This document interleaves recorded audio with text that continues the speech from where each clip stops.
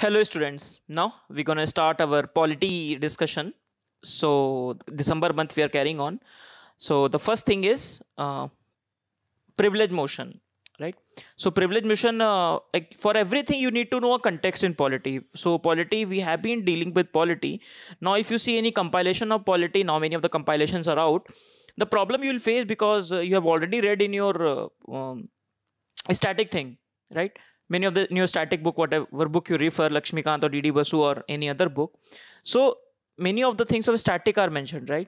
So more or less we can provide you in the current affair what ideally current affairs should do. Ideally current affairs should just provide you the context, which are the things important in your static syllabus, apart from the whatever in the current affair, right?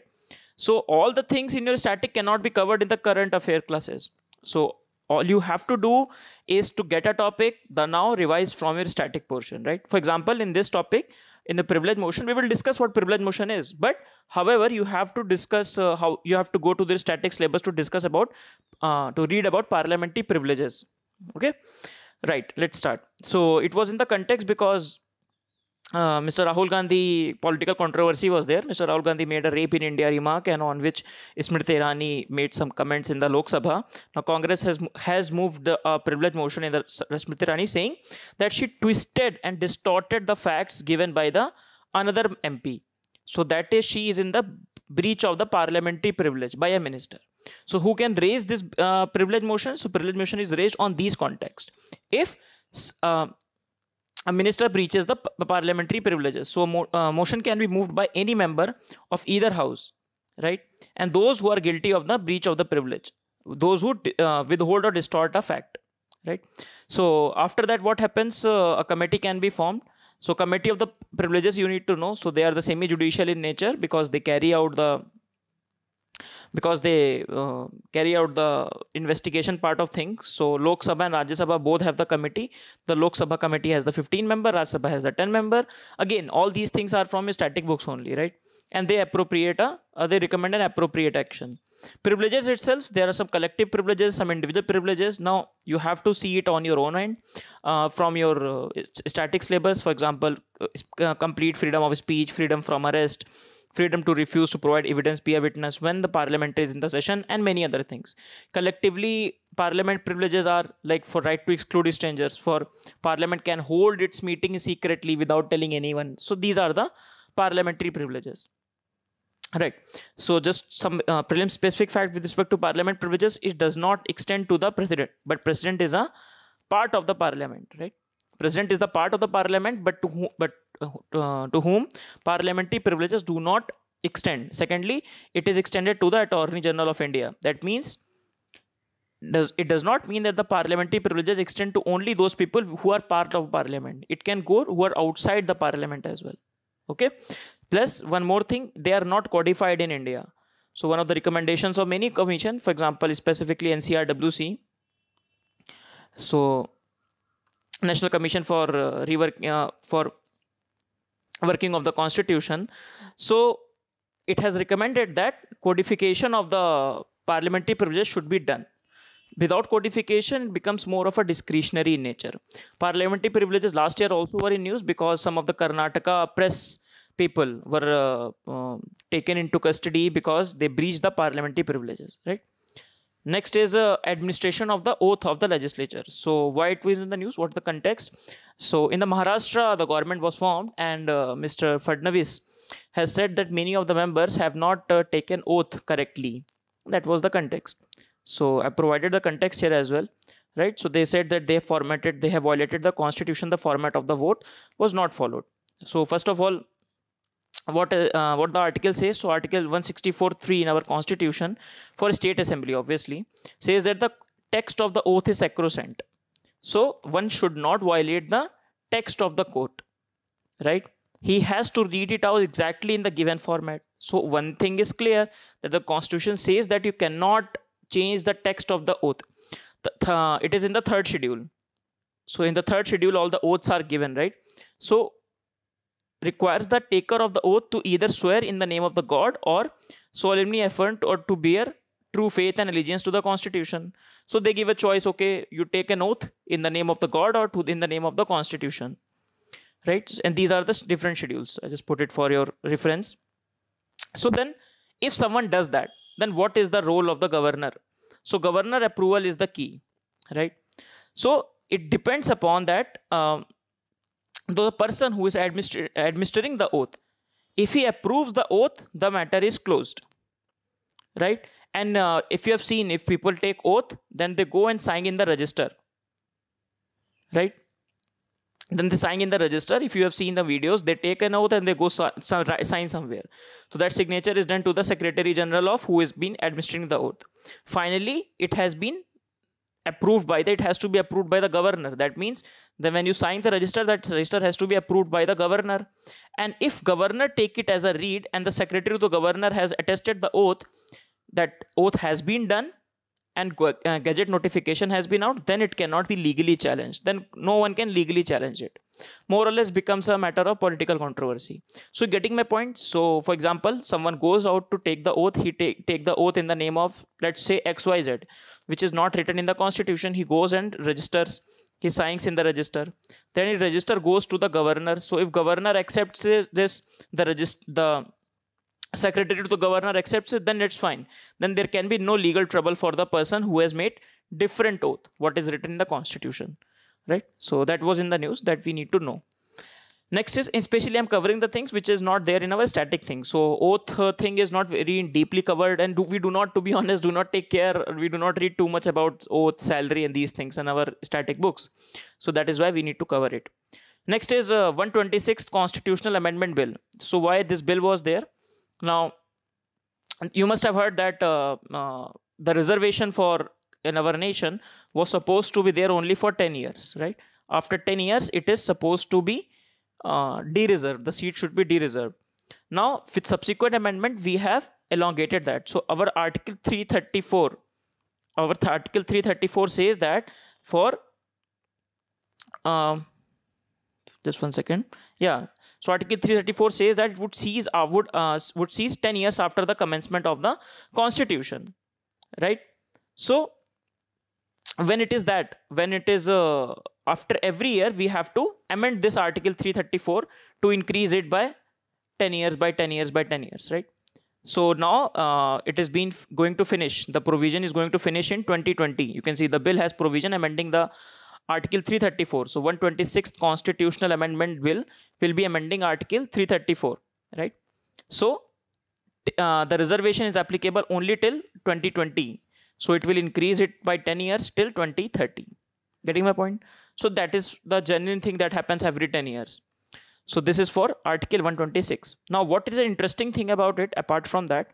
First of all, we'll discuss some acts, some constitutional articles. So Article 330, Article 332, then Article 331 and Article 333, right? So Article 330 talks about the reservation of SC and ST in the Lok Sabha.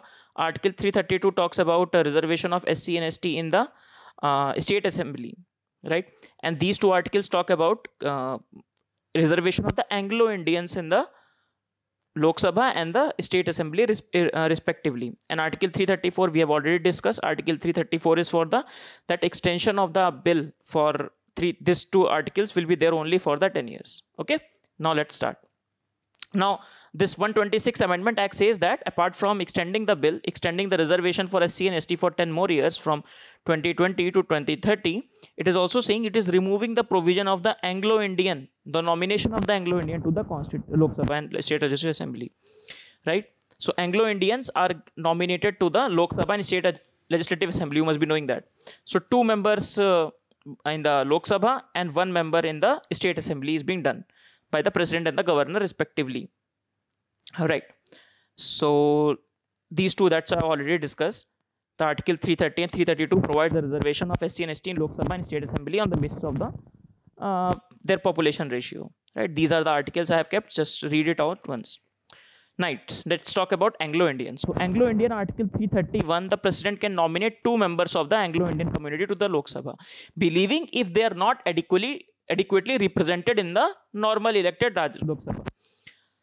So who was the person who said that? He was Mr. Frank Anthony, who hosted the All India Anglo-Indian Association. He said that there should be some reservation should be there, right? And Article 333, as we discussed, it is by the governor to the State Assembly, right?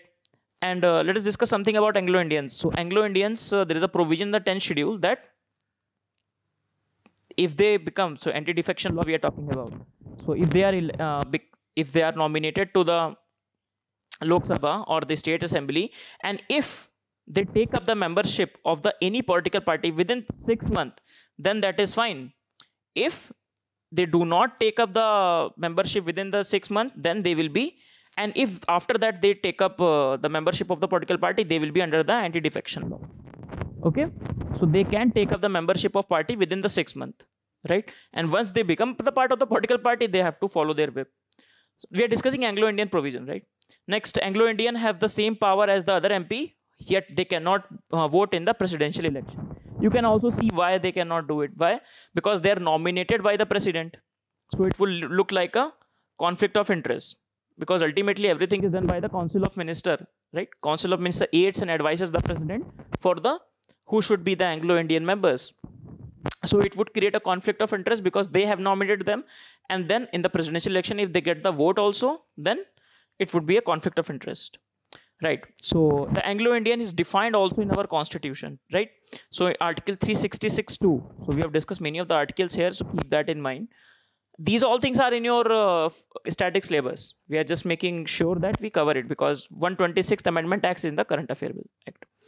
So Anglo-Indian has been defined. Who are the Anglo-Indians? Basically those who have European descent. Those who are left in India, those, for example, Britain live for around 200 years in India. So many of the European have settled in India, right? So their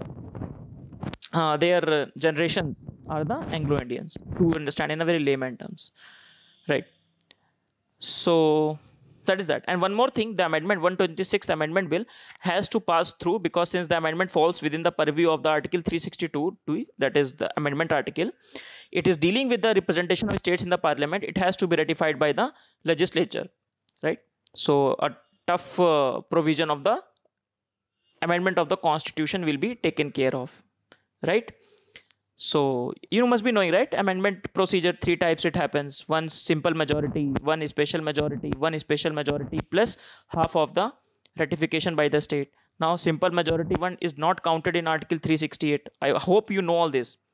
So the simple majority one, for example, the name of the change of the state and the abolition of legislative council, these are not counted in the simple under Article 368.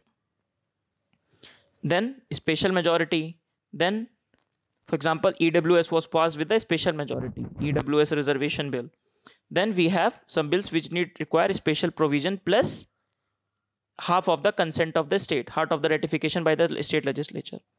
So the 126th Amendment Bill will fall into this premise, right?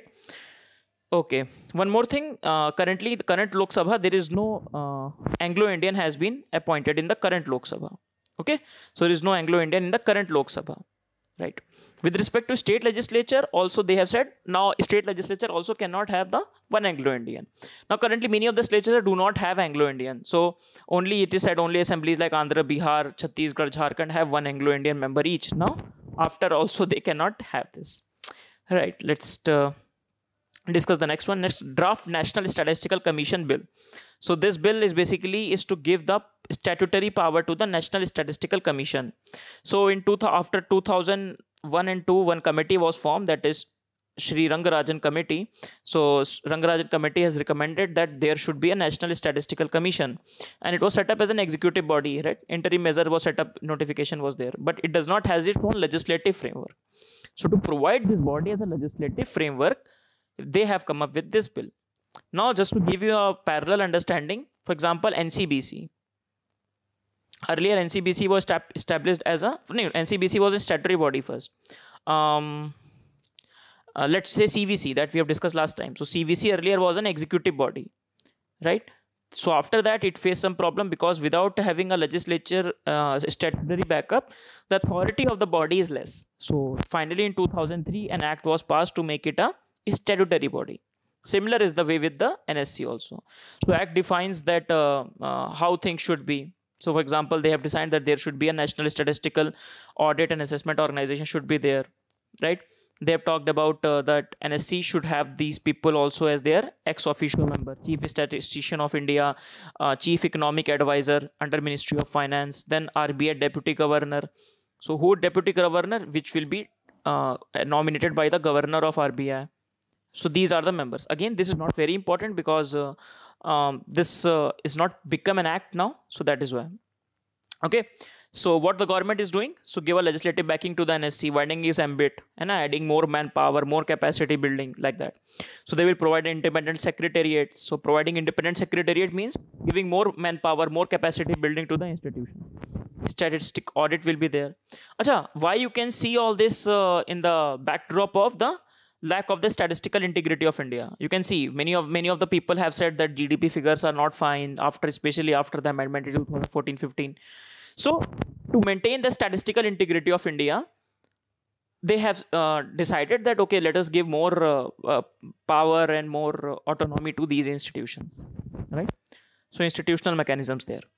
Next is maintenance and welfare of the parents and the senior citizen amendment bill. So this bill is basically replacing the 2007 Act. Again, a bill is there. So remember, if any bill is there, then it is not very much important as compared to the acts. Okay. So 2007, there was an act, very interesting act is there.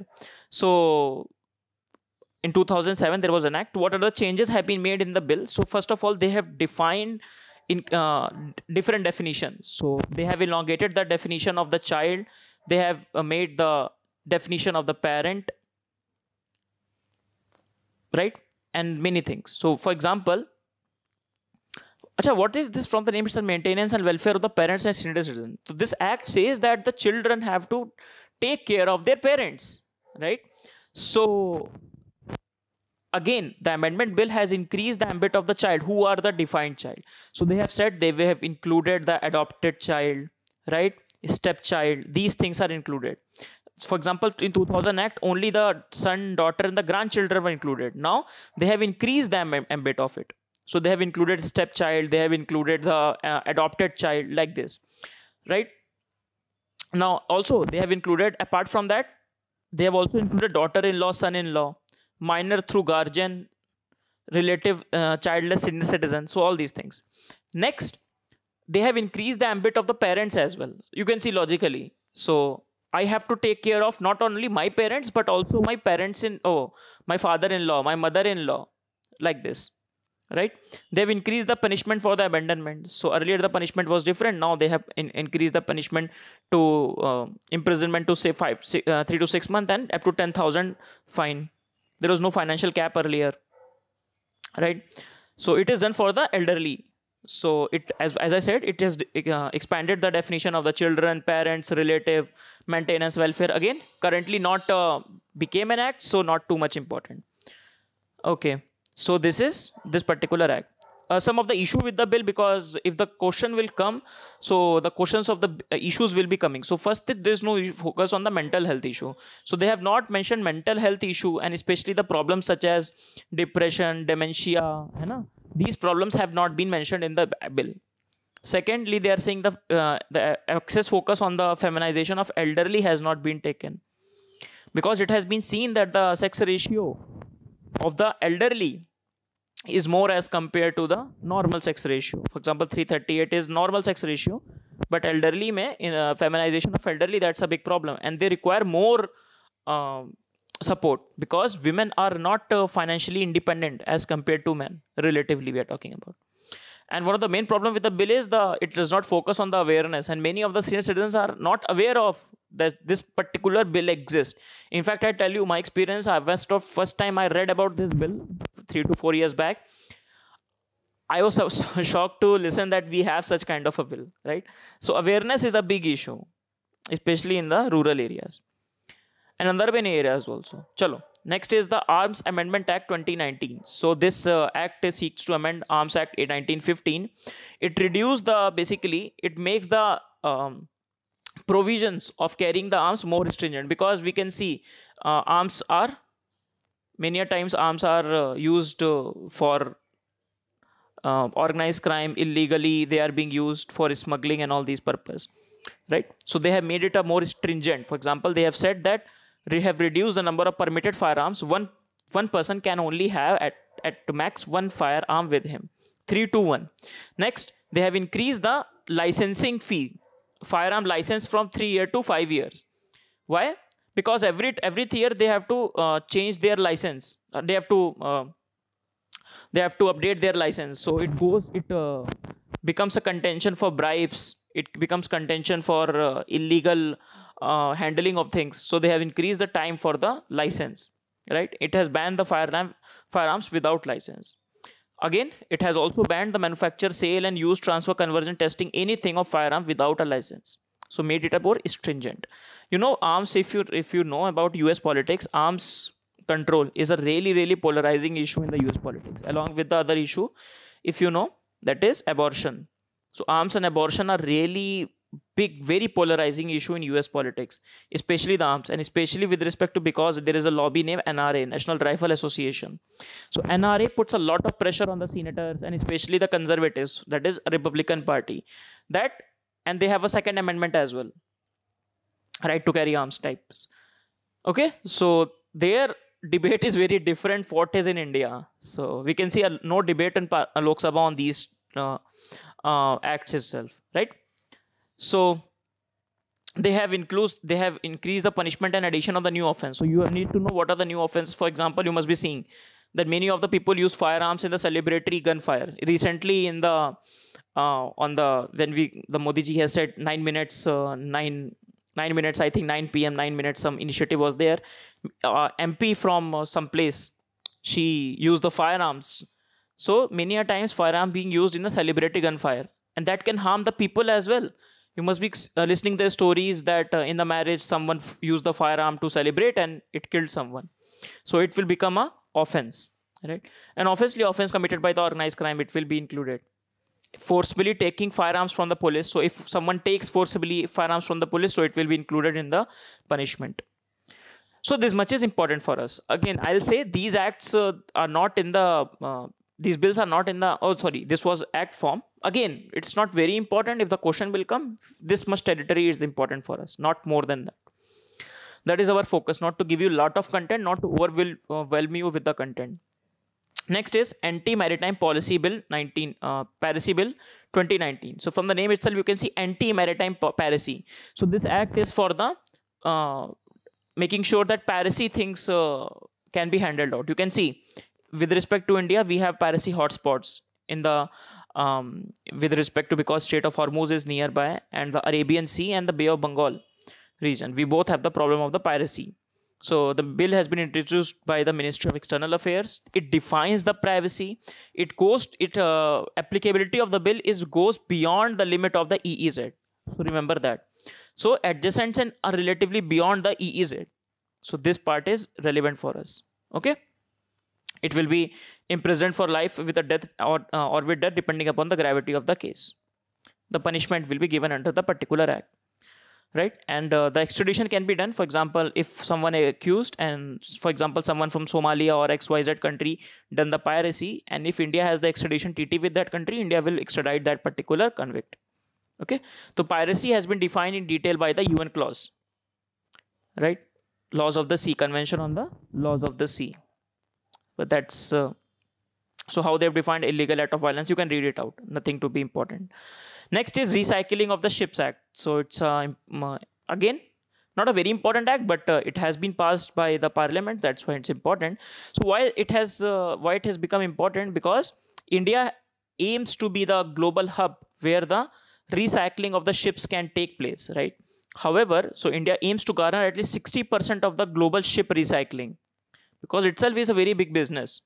We can get scrap steel and all these things. However, many of the countries are not sending it to India. Why? Because India has not ratified a global convention that that calls for the green recycling, right? So India has not signed that particular convention. But with this act, they are trying to change that. Okay.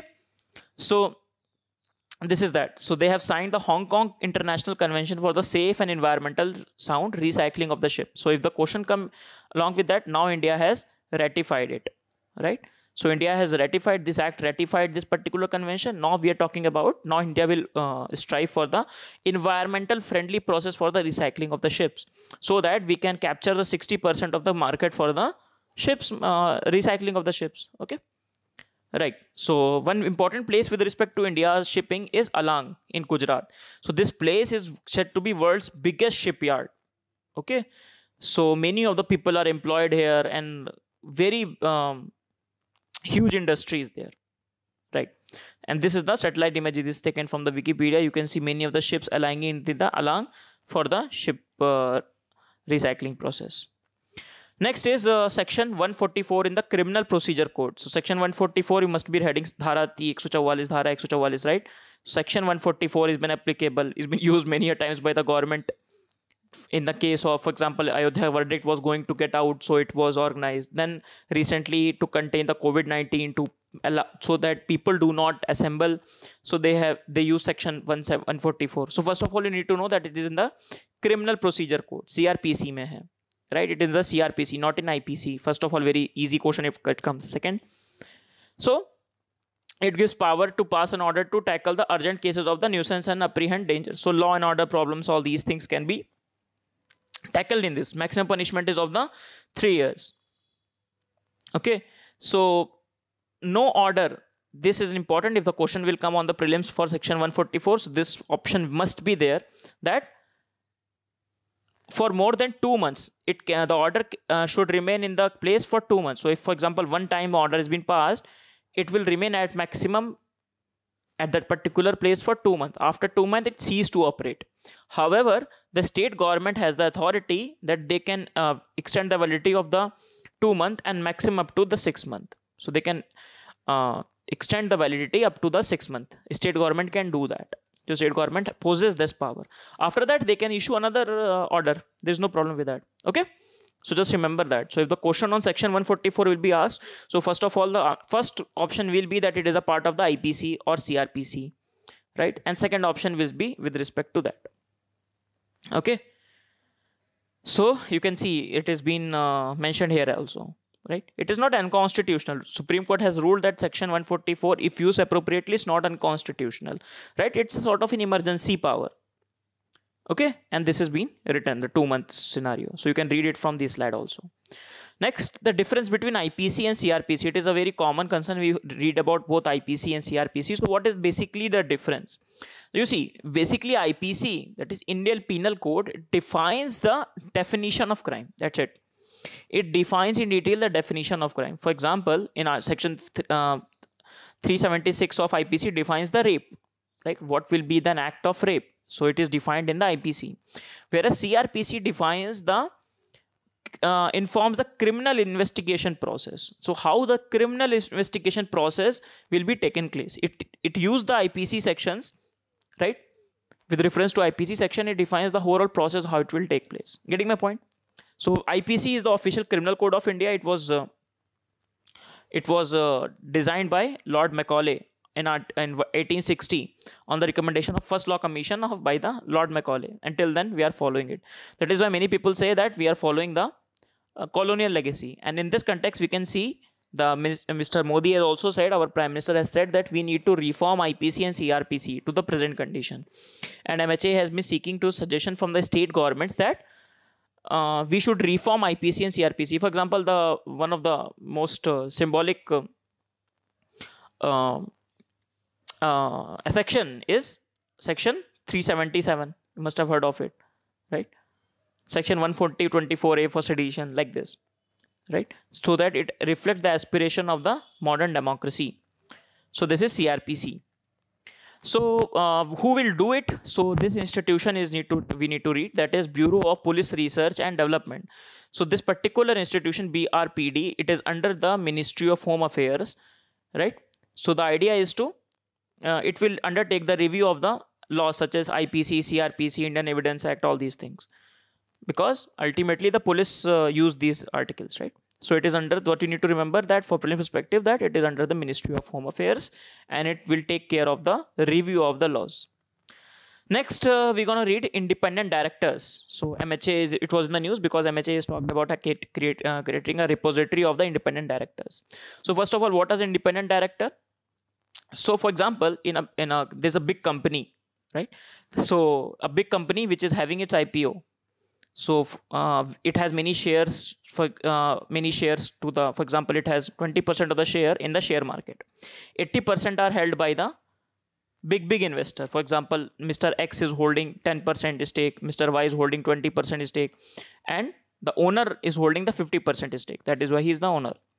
Now these are the minority shareholders, right? For example, I have bought a share of the, for example, Tata Trust, or I have bought a share of the NTPC, or I have bought a share of the ONGC. Then I'm a very small shareholder, only 0.1%, 0.001% share I hold. But when the board meeting happens, who will represent my interest? These 80% will think of their own interest. So who will represent my interest? So my interest will be represented by the independent directors. Getting my point? So these are the director which represents the minority stakeholder like me, the retail stakeholder, those who have, because I cannot be invited to attend the board meeting, right? Every board meeting I cannot go. So there will be people who will take care of my interest. It is called good corporate governance. Because I am now holding a equity in this company, I am also an owner of this company, however small I am, but I am a owner of this company. So it is the responsibility of the company to ask for my opinion, or ask for my judgment, or ask for my permissions before taking a very big decision, right? And though it's not practically feasible, but the independent director are supposed to do it, right? So this is independent director is all about. So obviously they will not have any pecuniary relationship with the company or the related person. Why? If independent director are taking money apart from the sitting fee or whatever fee, the salary that they take, but if they're taking money from the company, then they will have a conflict of interest, that they will share their interest or my interest, because I am not paying any money to them. Right? So this is company independent director. To strengthen the corporate governance, the idea of the independent director has been increased. The number of independent director has been increased. So Companies Act 2013 have talked about, so how they defined it, independent director other than the managing director, the whole-time director, or the nominee director. Okay, so Company Act require every listed company to have at least 1/3 of the total director as the independent director. So if the company has 9 directors, so 3 directors have to be the independent director. Okay, right. So government has launched an independent directors data bank. The idea is to search, select, and connect individual who possess the right skill and attitude for considered for the appointment of the independent director, so that there is no conflict in the appointment itself. Okay, so government which Ministry of Corporate Affairs has launched this particular data bank, a repository sort of thing. Okay, so who will do it? The Indian Institute of the Corporate Affairs under MCA would be managing the data bank portal. It will provide for the capacity building of the independent director, right? And all these things, not too much important. Okay, so what we need to know about independent director, and what is the recent initiative. Next is Election Commission's initiative, Political Party Registration Tracking Management System. So what this management system is for? Very easy. If the political party, one of the political party has applied for the status that we want to be a national party or we want to be a state party, then the Election Commission will use this portal and tell them, okay, this is your status. This is the stage at which you are at. Okay. So this is a very easy thing. And what you need to know on your own end, that what are the different parameters for having a party as a state party and as a national party, because that is really important for examination, and that's all in the statics syllabus. So on all your books, so there are 4 parameters for the national party are there, and something like that. So please do revise it. What are the parameters for a party to become a state party? For example, Aam Aadmi Party is a state party, and on the other hand, many of the parties like BJP, Congress are the national party. And also remember, also you need to know that which are the parties, how many national parties are there, right? Okay, so example, these are the 6 national party. BSP's status was in contention, that Election Commission has said, prove us that you are a national party. So with respect to the criteria that Election Commission has decided. So registration of political party is considered as is under the provision of 29A of RPA. There is no provision for the deregistration of the political party. Election Commission does not have that power. In fact, that was in the mains question. Okay, so that was mains, not question. It was can be a mains topic. The problems with the Election Commission dealing with the political parties. Okay, so just need to remember that RPS 29 Act has the provisions for the registration of the political party, right? So we are done with the session. So we started with the privilege motion. I told you many of the static things you have to do on your own. So in the privilege motion, I talked about, please do read the parliamentary privileges on your own. So I've given you the context of privilege motion, right? So privilege motion, privilege committees and all these things. Next, administration of oath in the legislature. Which article we are talking about? Article 64(3). And which schedule we are talking about? The third schedule. So remember all the schedules, especially the confusing schedule. For example, schedule 2 and schedule 3 is a bit confusing. Schedule 11 and schedule 12 is a bit confusing, like that. Okay. Next is 126 Constitution Amendment Bill, a common thing that happens every 10 years, but especially what things they have changed, that they remove the provisions of the appointment of the Anglo-Indian. Now Anglo-Indian do not need to be represented because they say that they are well off. They do not need anything. So Frank Anthony we talked about. Then we talked about Draft National Statistical Commission giving the statutory backing to the NSC, right? With the team members, who will the team members, what will be the different independent secretariat that they'll be provided with. Then we talked about bill, that is for the senior citizen maintenance and elongation, the expansion of the definition of the child and the parents as well. Then we talked about Arms Amendment Act. We've discussed that making a using of firearms that can inflict a harm during the celebratory mode can be now considered as a punishment, as a problem. Okay. Next we discuss anti-maritime piracy bill. Okay, we discussed that we are one of the hotspots and they have defined piracy according to the UN clause. Next, recycling of the Ship Act, and then we discuss Alang as the biggest shipyard in India. So then our section 144, very important. Very common thing is that we learn about it, we hear about this too much in the TV debates and news, but we just need to know what it is exactly. Then we talked about CPC, IPC and CRPC, what is the basic difference between both of them. Then we discussed which is the institute will be taking care of the review of the IPC and CRPC, to which MHA has accorded responsibility, and obviously which institute has the mandate to do so. Then we talked about independent directors, and finally we ended with the political party registration, tracking and management system by the Election Commission of India. Okay, so with this we finish our December month polity session. So next we will discuss the remaining of the session. Very less sessions are remaining now in December month, and after that we'll start the January month, right? Okay everyone, see you in the next class. Bye bye.